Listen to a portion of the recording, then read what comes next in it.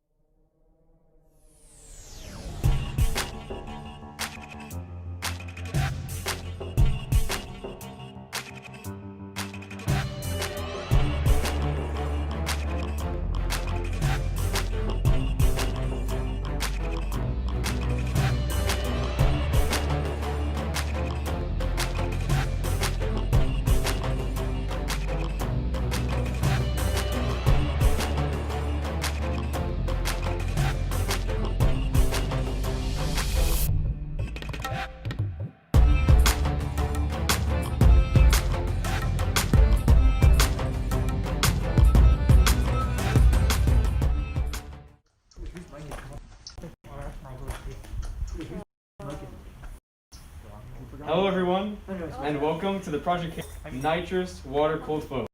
My name is Jack. I'll be hosting today's events, and in the next few hours, we're going to try to complete the cold flow. As you see, we have a bunch of cameras set up. Some pointed at super close to the test stand, others pointed at like the mission control and what we're up to. And yeah, it's going to be a fun time. While we try to figure out what ideas we need and so on, but yeah.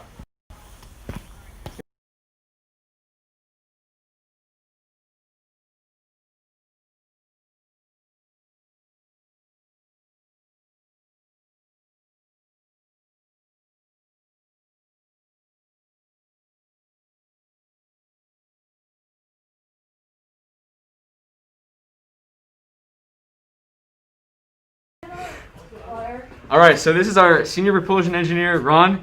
He wanted to say hi, talk about what's up. Yeah, so hello everybody. This is our nitrous oxide water cold flow test. We'll explain a little bit more about what that means for those of you in the audience who might not be totally familiar with it. But yeah, if you watched our live stream from about 3 months ago of our ethanol cold flow, this is basically testing the second half of our system. And as we're moving towards doing a static engine fire and ultimately a rocket launch, these are some really important milestones to get there. Before we get too far into this, I just want to say a thank you to some of our sponsors, including UC Places, a local application for travel that actually gave us a very generous sponsorship that helped fund a lot of our projects.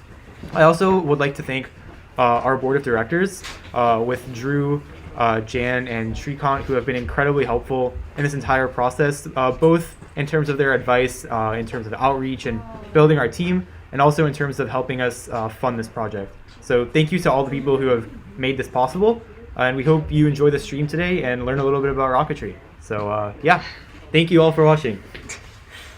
All right, so we're gonna get some chairs, sit down. Feel free to interact with us in the chat. And yeah, it's gonna be a fun time. So we'll keep playing the video until then. I'm gonna put on a little bit of music. And yeah, we'll see you in a little bit.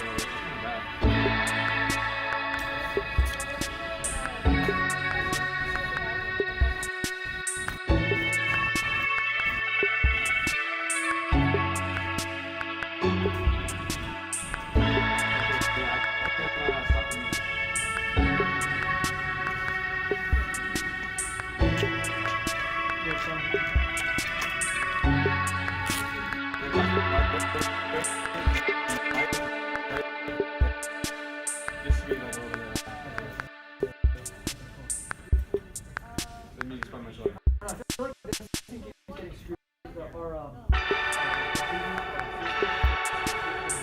Wait, careful. Does that make us brighter?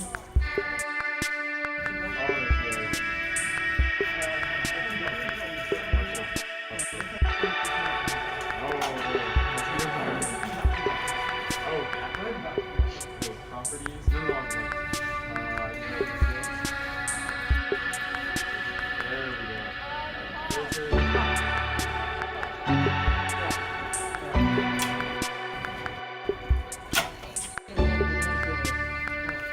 Wait, one of the mics that we have?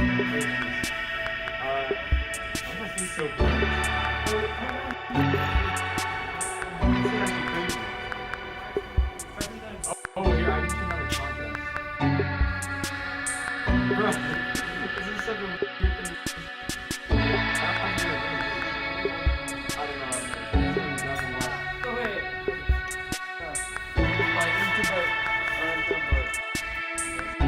I don't know what this is. I'm sorry. I'm roasted.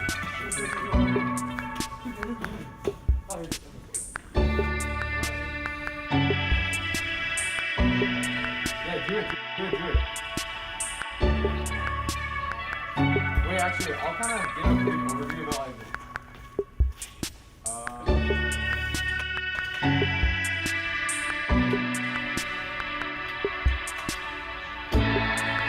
Wait, it's actually fine. I'm gonna go.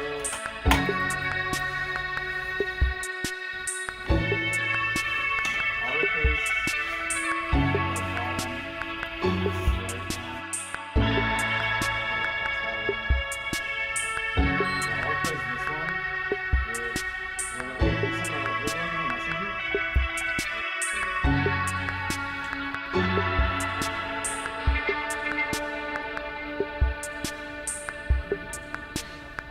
I'll just ask you the question. Wait, you know a lot, so you'll probably figure it out.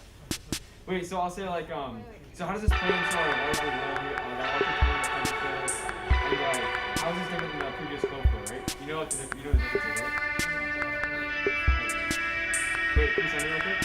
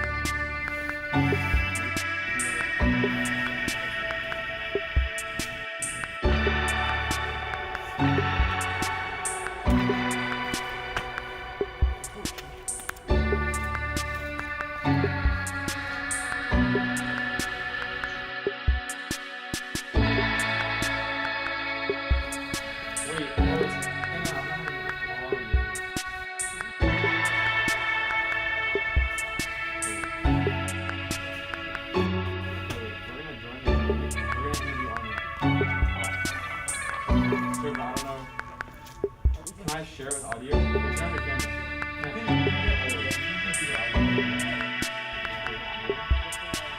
Wait, hold on, you're gonna like on this camera. Wait, I'm gonna go. What is this? Browser?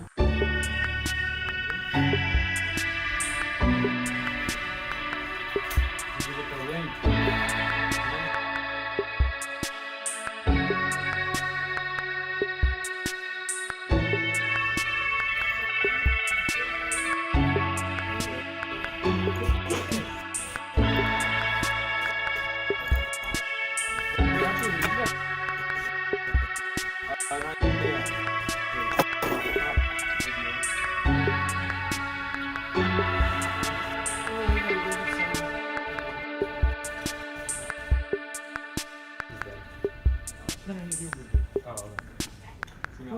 Wait, we can just explain it. You gotta have yourself.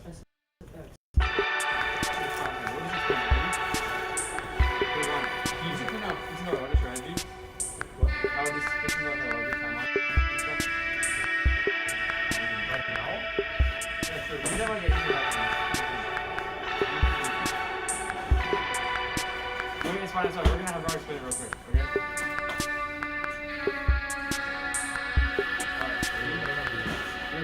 fits into our larger. Can you show the here, wait, show how it's different here. So you can see. Talk about how this is different. And then I'll kind of explain what we're doing right now, okay?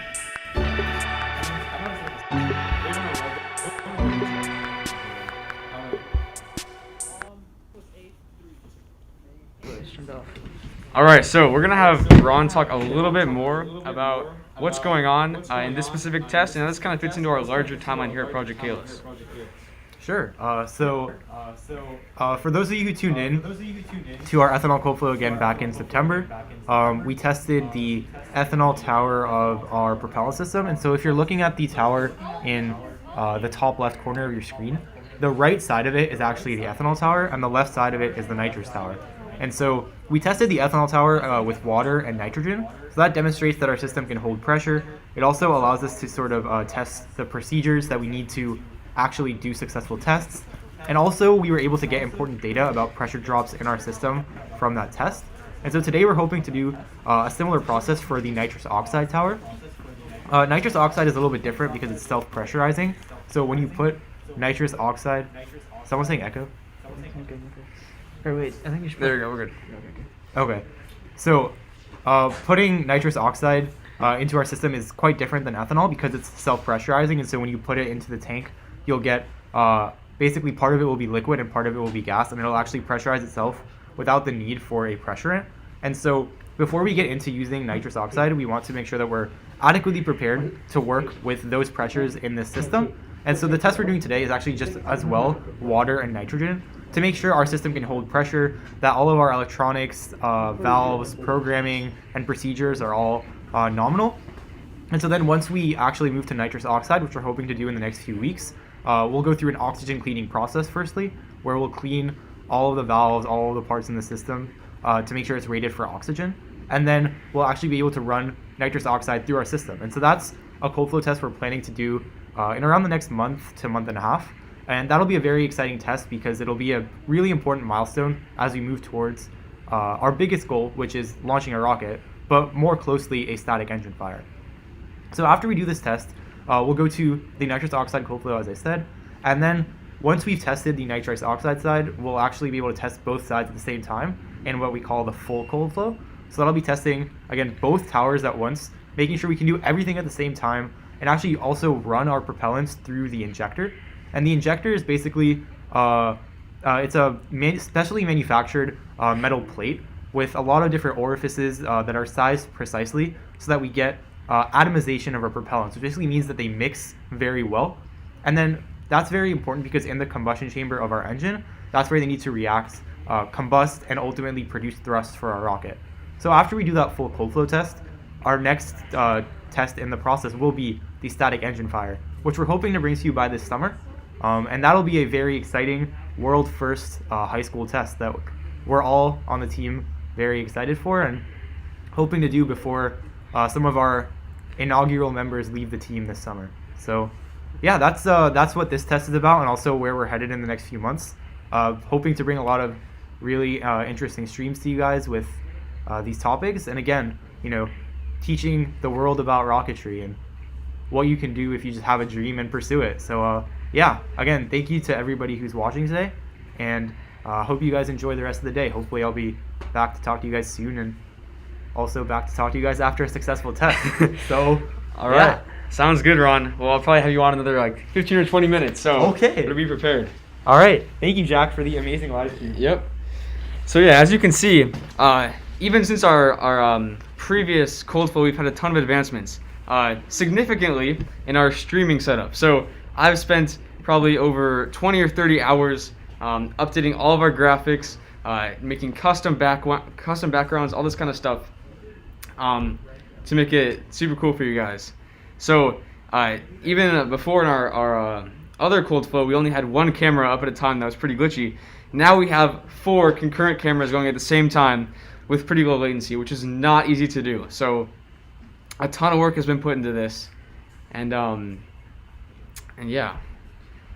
As for kind of what's been going on today, we started off with a few issues with the system.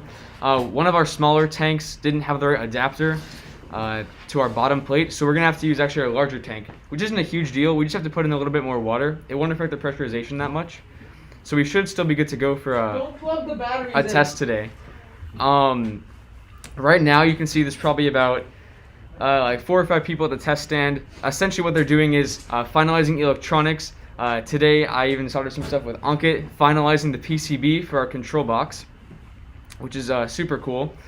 And essentially their goal now is to mount those electronics on the back of the stand, making sure that we can activate our solenoid valves, which are like remotely activated valves that we can do from our computers over here at the ground station to make sure that we're safely away from the high pressure matter. So I think we're gonna try to test in the next 30-ish minutes, but our main priority is safety. So we're gonna make sure that all the pressurization is okay and all of our programs and systems are running okay before we even try to test. So it might take longer than we want, but we want to be safe about it. That's the most important part. Also today, before the stream started, I set up all those cinder blocks around our test stand. We destroyed the old cinder block statue and put up entirely new ones. So yeah, 50 cinder blocks aren't very light, and that was pretty work intensive. But yeah, it looks really cool. And I don't know if you can see this, but on the left side, kind of where Anna's walking now, of the barrier, that little like black box that Ron's walking in front of now is our control box. So if we zoom in super far, I don't know if I can for you. Hey Ron, could you scoot over a little bit? Okay. You can almost see it in the left side of the top right corner of your screen. There's like a little black box right there. And on that box are like 14 or 15 switches that we can use to activate certain valves within our systems. So we use this in the case that our computer systems don't function correctly and we need a human to actually manually control or manually abort from our procedure. And also there are a few buttons on there to actually vent and do all the different things that we need to do to have a successful test. So a ton of work has been put into that, thanks to Ankit for creating a custom PCB, which is like an electronic layout that we're able to have manufactured and printed, which is also not easy to do. So even the simplest things that we're doing here are extremely difficult, and we really thank everyone whose hard work has gone into this. It's truly incredible. So yeah, we're just kind of waiting for our checks to be complete. I guess we're around like 30 minutes out, and yeah, it started to rain a little bit earlier today, like not a lot, just like a drizzle. So we have like the blue tarp over there. We were ready to get under cover. It's also why we have all the cameras inside. But yeah, we should be good to go now. We shouldn't have any issues with the rain. Never promise that. Ron said never promise that. I don't know. So yeah.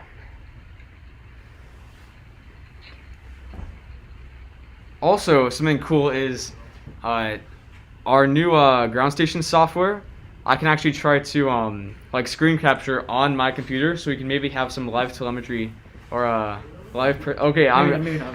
Okay, wait. Maybe we're not. I was getting Maybe next time. Yeah, a head shake. So maybe we won't. But yeah, definitely stuff that we can work on in the future and always improve our future streams. I think our end goal, obviously, is to make the static fire stream like truly amazing. Anya said to show the PCBs. So They're actually in there. they're kind of far away, and they're plugged in. Wait, can I actually grab the PCB? Wait, I don't it's think on, you- the, no, it's on no, the I don't launch think box, you- right? Where's it's the launch- inside the launch It's box. inside the launch box, yeah. Oh wait, yeah, you can't It's actually see already the screwed PCBs. together, so. Wait, we have this piece. Can we grab the launch box though? Oh yeah. What is this? Here, I'll Isn't just- this the No, no, launch yeah, box? this- Yeah, oh, wait. this is the extra one from launch box. Yeah, this is it. Wait, I thought that. No, no, Here we go. Wait, what's in the So- launch box then? This You have to fancy buy in bulk, so there's nothing. piece right here is the PCB printed circuit board. Is this the? And as you can see, No, there are yeah, actually traces of metal that run inside of this plate. Here's one that's That- soldered. Here we go. Yeah, here's one that's actually Has some- there's some components that are soldered onto it, and essentially what we can do is we can solder pieces on here, which is like melting a super easy to melt metal, which essentially connects the leads of the parts into our PCB, which will then route them to like the other corresponding parts on the board. And at the very end of all this, we have like a finished product that we can essentially solder all of our components to, and then it's done. And we don't have to worry about things being disconnected or falling apart. It's all soldered together, which is super cool.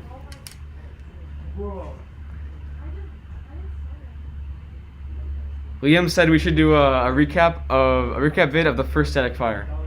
I think, yeah, the first cold flow. That'd be pretty cool. So yeah, unfortunately, some of the footage that we had from the live stream, since the cameras are lagging so much, we didn't quite get all of the footage. But I know that there were a lot of people who were actually recording on their phones. So yeah, we definitely need to compile a highlight video. Also, something that's a big difference between this cold flow and the previous one. If you remember, the previous one, we probably had an audience of like 30 or 40 people kind of standing in the yard watching what was going on. Now we probably have like not even 8 people here working on this. So obviously COVID has gotten a lot worse in our area, and we're certainly taking those precautions in mind as we continue to work. So yeah, definitely something interesting.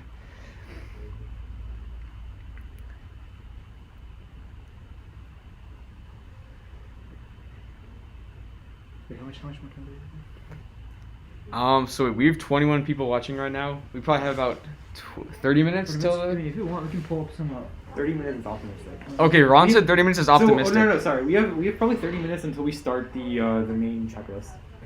Okay, oh yeah, so I guess I'll kind of give an overview of what's actually going to happen. So the first thing that we're going to do is start our main checklist, as Ron just said. So safety is our main priority, right? As I said before, we're going to make sure that all the things that we're doing are okay, all the plates are tightened on, all the plumbing is securely fastened on those plates. And once we do that, we can actually start testing the K bottle, releasing the pressure into the system, opening our first solenoid valves, and then venting and finally releasing. So it's going to be a long process, to be honest. Make sure to get some snacks. We might be here a while. So, yeah. You can adjust that so this is in it. Oh yeah, we can. Also, the cool thing is I can switch to other views as well. I haven't set all of them up yet. But I hope you guys enjoyed the intro screen with the countdown. I put a lot of work into that and the music, all of which is non-copyrighted, so financially we'll be okay. Nice one. Actually, on the financial note, we have to say our outreach team is truly amazing. The fact that they were able to raise so much money in such a short amount of time is truly incredible. I don't think any other team or club at TJ could have raised anything near that. And the most important part of this is the money. The hard part about building a rocket is definitely not the engineering. It's definitely just getting the money for it.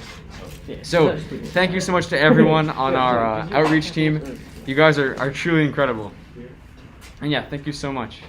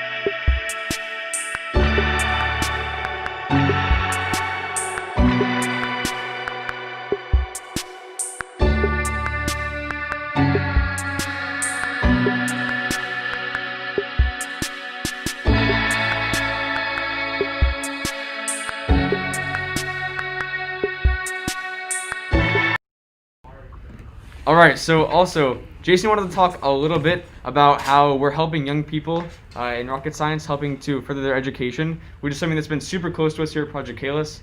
I myself volunteered in our summer camp to help tutor people in Java and Python, which was super cool. And yeah, so he'll talk more about how that's a big part of our culture. Take that up until Okay. Hi, I'm Jason, and I'll be talking a little bit about our outreach opportunities. So a huge part of Caelus here is that we really want to show our local community that really if you have a dream, then you can go ahead and go after it. And so Caelus started as just a couple of us in our garage, and we decided to start and embark on this liquid rocketry journey. And so part of our mission is also to spread that message into our local community. So one of our first outreach events was at the TJ Tech Extravaganza. So we went there, and of course, hello Anya and Shrikar. And we were essentially able to reach little kids. We would do little simple activities like they would build aircraft, they would build little rockets. And so that was just meant to spur some interest in rocket science and engineering. But along the line, we've since expanded our operations to online, especially during the pandemic. So especially we've been running our amazing rocketry camps, and so that's one way for us to both generate revenue, because of course we are a complete nonprofit, and all of the money that is raised in our educational camps goes straight to our mission. You can see here all of that stuff that you see behind the concrete barrier, including the concrete barrier itself, including the logo that you see, all of that was bought using crowdfunded and also sponsorship money. So during our rocketry camps, we would have an advanced camp, which is for middle schoolers and high schoolers who are interested in getting more into the nitty-gritty details of rocket science. So for example, we'd go through nozzle theory, nozzle design, dynamics of high-speed flows. We'd go through how we got about to designing our plumbing system, how we characterized many different things inside the plumbing system. So how we arranged the valves, what pipe diameter we chose, what valves we chose, what types of valves we chose, and how we decided to assemble those. And that would be during our advanced camp, and also for elementary schoolers and kids who just want to get a kickstart into space travel. We essentially would offer introductory lessons. So for example, we talk about F equals ma, we would talk about the rocket equation, the tyranny of the rocket equation, and we talk about many fun space challenges that face rocket scientists when they're designing both solid and liquid rocket engines. And so that's just meant to, again, spur some interest. And of course, besides from our rocketry camps, we have run Caelus Computing before, which is kind of a project that we've been working on to work as kind of a tutoring service. So outside of rocketry, we would do classes on Python, we would do classes on math, we would do classes on really anything that anybody that signs up for would want. We'd essentially connect with other nonprofits in our area, and also essentially get some tutors who are willing to teach the subject matter that is requested. And so that has generated a lot of revenue. I'm not sure if Jack has already mentioned this, but we have raised around $10,000 over the span of 2 years, and that has allowed us to get really a surplus of money and run all of our operations really smoothly and really safely.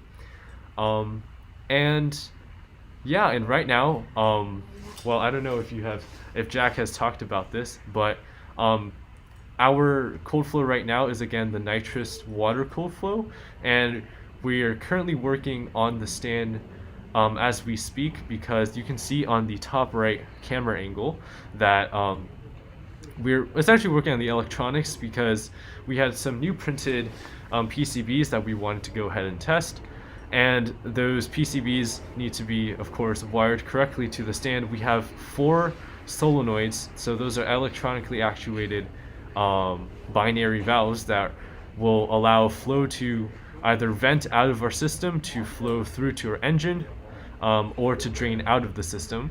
And those valves are electronically actuated and can be controlled via our launch box, which is just a manual box of a bunch of switches and buttons, or to our ground station, which we are currently setting up right now as well. So apart from the solenoids, we're also collecting pressure data. We're currently not collecting any temperature data, though that is the goal for future cold flow tests and also for the static fire. And yeah, so currently our team is debugging, I believe. I believe the problem right now is actually some of the solenoids are 24 volts while others are 12, so that was kind of a challenge to deal with, and we're setting up the power system right now. Again, we want to make sure that we test that the valves can actuate correctly and reliably when we actually go ahead and pressurize the system, because once we pressurize it, we can't have any of our members go ahead and approach the stand just for safety reasons. And so once we pressurize it, we need to make sure we can control the system remotely. In case that the electronic system fails, we do have, I'm not sure if you can quite see it, but in the top right camera angle and on the very left side, that left side branch where you see this vertical pipe work thing coming up. Currently Anna is blocking the view, but that is all right. There is a spring-loaded relief valve that will allow us to vent the pressure in case that our electronics fail. So we have multiple layers of fail-safes and to ensure safety. You can also see on the top left camera angle our beautiful range safety officer. Actually, I don't see where he is. He might be on the other side. Yeah, so Gabriel is our range safety officer. He is the person that will be directing any operations on the stand once we get there. But for now, we'll just hold for a couple more minutes. I believe that we're nearing the end of our testing. And once we finish the testing, we'll have somebody come back here and explain kind of the procedures as we go through them. So I will see you in a bit. Yeah.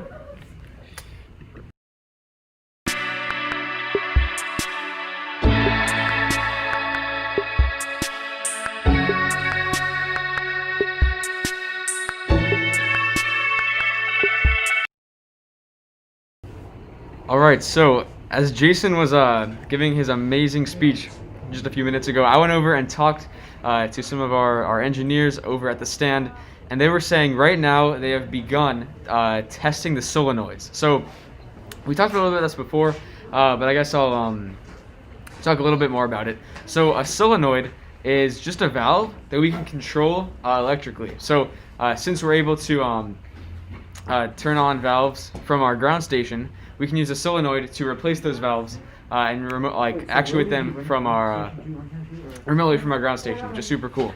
So this is important because before we pressurize the system, we want to make sure that they work in the first place. Otherwise, we might have a few fatal errors. So the important part is they work before we start pressurizing, and that's what we're doing now. So I assume they're going through and testing every solenoid to make sure that it's able to work. There are actually two types of solenoids, some that are normally open, some that are normally closed. And when you apply the electrical signal, they flip to either open or close respectively. So yeah, we're just making sure all those work right now. How far are we through that? Like 10 minutes. We're 10 minutes into that. How long do we have to go? Oh no, we're starting right now. We have 10 minutes. Okay, so we've just begun. I know we have 10 minutes to go. But yeah, it's a pretty important process. I guess yeah, I'll catch up in the chat to see what you guys are saying. You're glad to see they have safety glasses? Yeah, that is really important. So as we start to pressurize, we're gonna start wearing safety glasses. We're not getting Yeah, Ron just confirmed. Yeah, you should wear them now. I don't know if I'm gonna wear them. I'm pretty far away, and I want to make sure that. show that you're being safe. Okay, I guess I'll wear them. Bro, you won't be able to see the screen. Thank you though. Oh geez, these are really foggy. So, You just take them off. we don't forget safety glasses. Oh yeah, even though there's no nitrous oxide. Yeah, okay. Hearing protection. We might wear hearing protection depending on. So I mean, there's not much of an audio threat right now. Unless even if something explodes, the shock, it's not like the shock wave will be really dangerous. Yeah. It's really just nitrogen pressure, and we're not expecting to go above 750. Once that expands, that's really just going to be a puff. It's not going to be that big of a. Yeah. The venting is kind of loud, but not super loud. Daniel said we don't want to get roasted by massa again. Yo, chill, bro. Yo, don't say that in the chat, bro. Oh, okay, Daniel, don't do that. So yeah, I think. So yeah, we'll definitely wear hearing protection, eye protection as we keep on going and start the pressurization.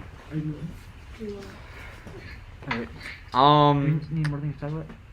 Anything else we can talk about? We're talking about ground stuff. Ground software. You wanna get us- All right, so we need a programmer to talk about ground software, and there's no one better than our amazing programmer, Akash. Oh yes.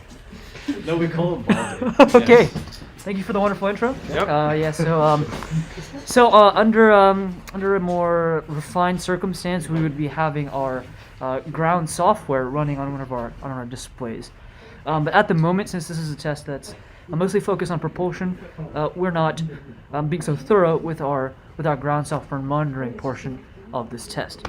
But normally on this ground software panel, we'd be displaying statistics about the flow and the temperature in such measurements on our screen. We'd also be able to perform actions remotely. So in case something doesn't go right inside the software, we can manually control it through software as well as with our launch box.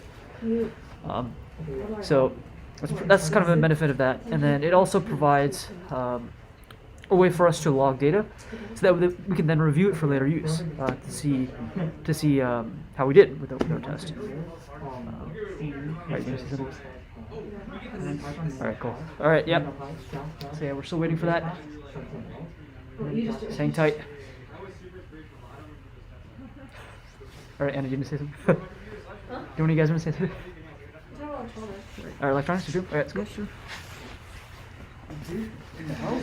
Hey everyone, my name is Ankit. I've been working on the electronics for the last, I believe, 4.5 hours now. So it's been a real journey for the last, since 11 o'clock.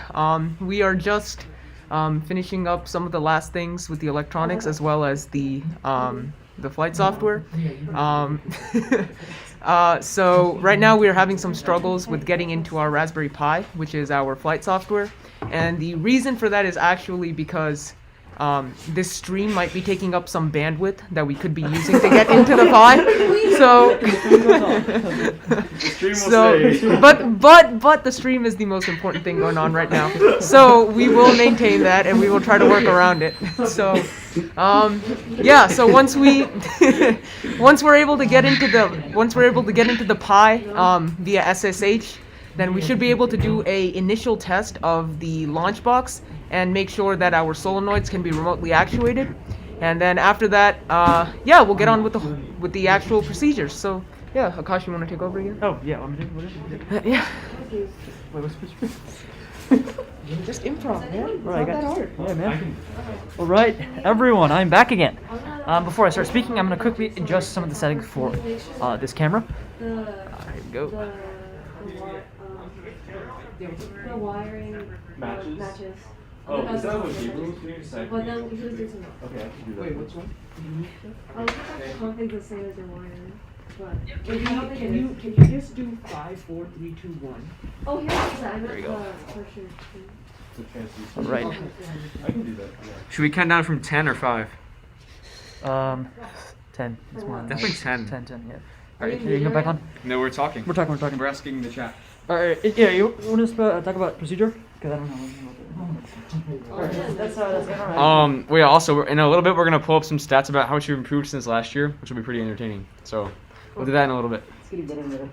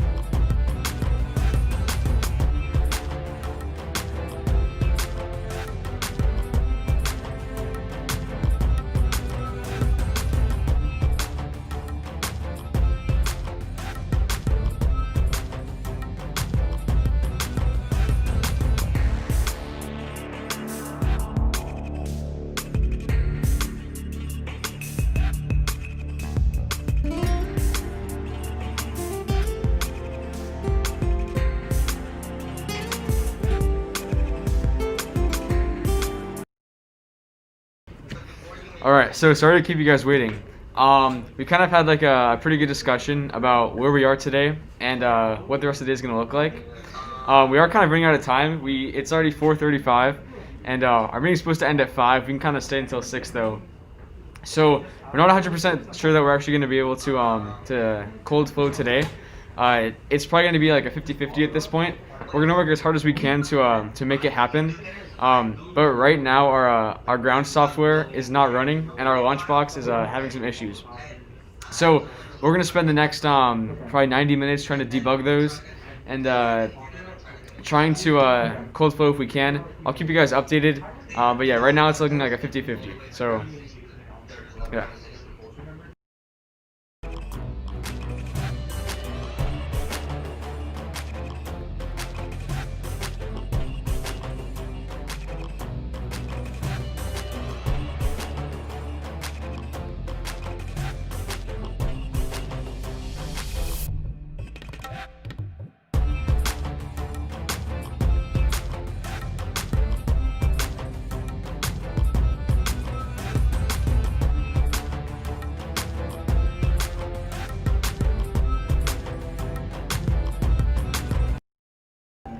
Alright, so we just got more confirmation. We're going to spend 30 more minutes debugging, so likely until 5 o'clock. And if at that point we're not starting our checklist, it's going to be an abort for today. So right now we're undetermined, so we're going to spend about half an hour more working on programming, making sure our lunchbox is working.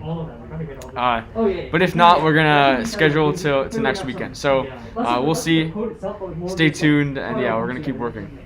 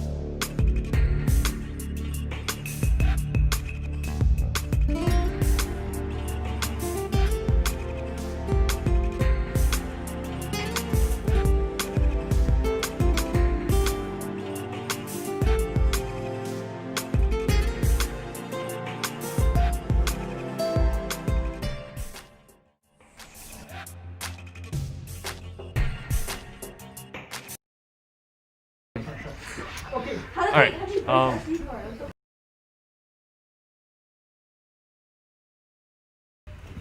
Hello, everyone. So if you're still with us, I wanted to say thank you so much for tuning in today. So today was again our second cold flow test. We've made so much great progress leading up to this test. As you can see, if you were here for the last cold flow, we've only had one of those towers working, and now we have two towers working, and we're conducting a much higher pressure test. However, we ran into a lot of problems today, a lot of unexpected problems. Mostly down to some electronics and also some programming problems. The propulsion system was also assembled pretty late in our procedures, and so our schedule did not work out as we intended it to. So for today, we're just going to call it off for today. We'll probably announce soon on all of our social network platforms when our next cold flow will come. And again, thank you so much for tuning in. And Ankit, do you want to talk a bit more about the what has happened in our procedures? Yeah, so one thing we sort of made, one mistake that we've made is we've sort of put off a lot of the electronics and programming testing till literally last night and today. And so because of that, as Jason said, there have been many unexpected errors that have come up. One of the big issues has been that we have not been able to SSH into our Pi, which basically means remotely connecting to it and actually running our flight software. And we speculate that the reason for this is because this live stream is actually taking up the bandwidth on Jason's Wi-Fi. And so we've had many issues with that. The electronics have not come together as quickly as we had hoped.